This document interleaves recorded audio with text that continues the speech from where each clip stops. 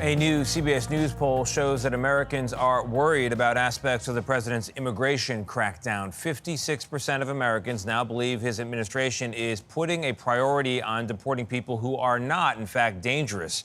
That's up from 47% in June. Under the current policy, anyone here illegally is at risk of arrest and deportation, even those people with clean records who've been working and paying taxes for decades. CBS News immigration reporter Camilo Montoya-Galvez sat down exclusively with the acting head of ICE and accompanied agents on an operation. We were there when ICE agents with guns drawn stopped the car on a busy Maryland highway and arrested this man wanted for extortion in El Salvador.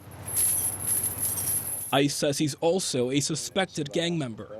In another part of Maryland, go ahead, step out. ICE detained a man from Ethiopia who the agency says entered the country unlawfully and was then convicted of second-degree rape.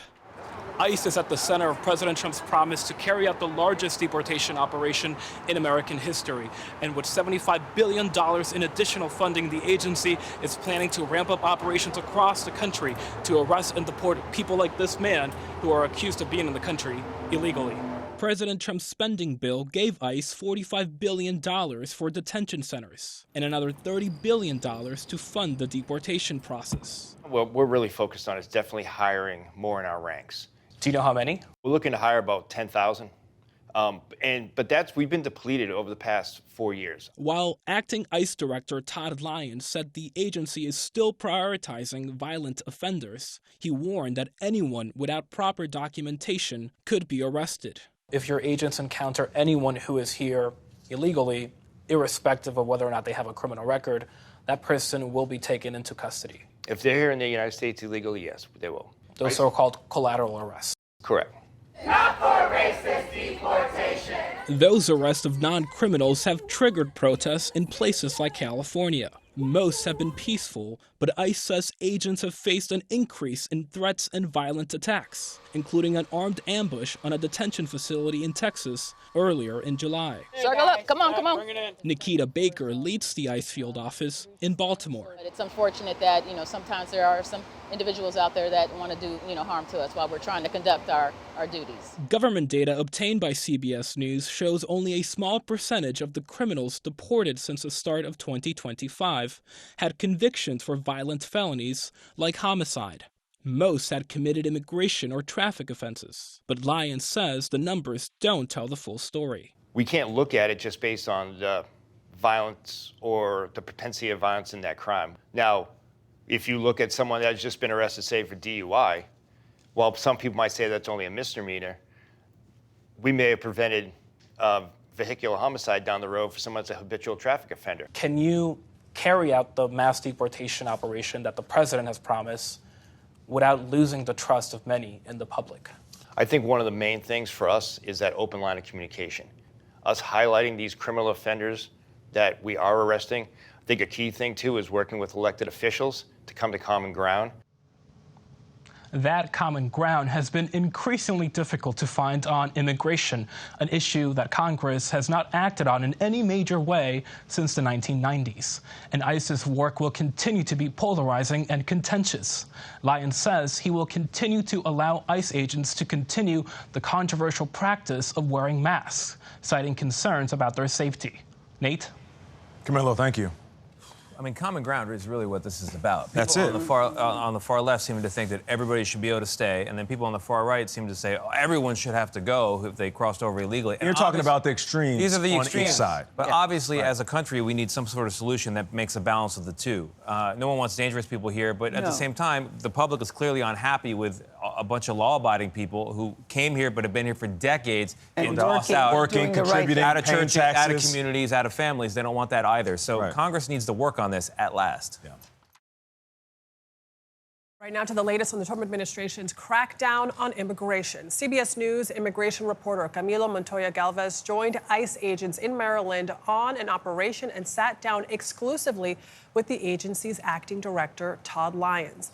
Lyons discussed ICE raids at work sites. Take a listen. When you see ICE doing these work raids, like the marijuana grow farm, we are going there with criminal search warrants or criminal arrest warrants. not only are we focused on those individuals that are, working here illegally, we're focused on these American companies that are actually exploiting these laborers, these people that came here for a better life, either, forced labor, child trafficking.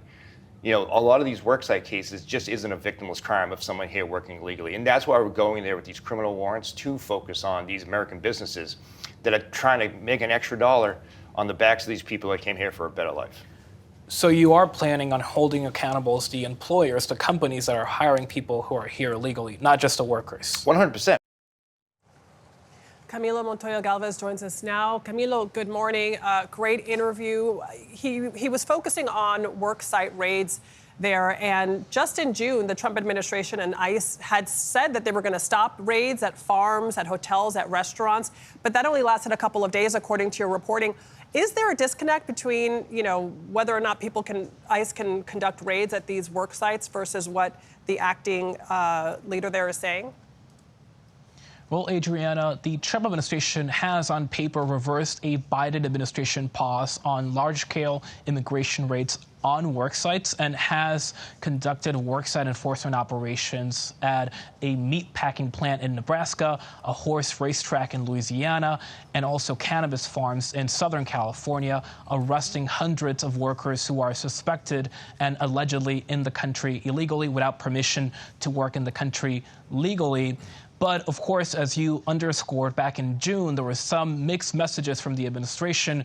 For several days, there was this effective pause on operations on farms, hotels, and restaurants amid concerns from industry leaders that the president's aggressive crackdown on illegal immigration was hurting their profit margins and also spooking their workforce. As you know, many employers rely on immigrants, including those who are here illegally. But Lyons told me that they will continue ICE enforcement operations on work sites, but they will typically rely on criminal warrants to investigate crimes like child trafficking and also labor exploitation. And so those cases will continue, but they will be more targeted.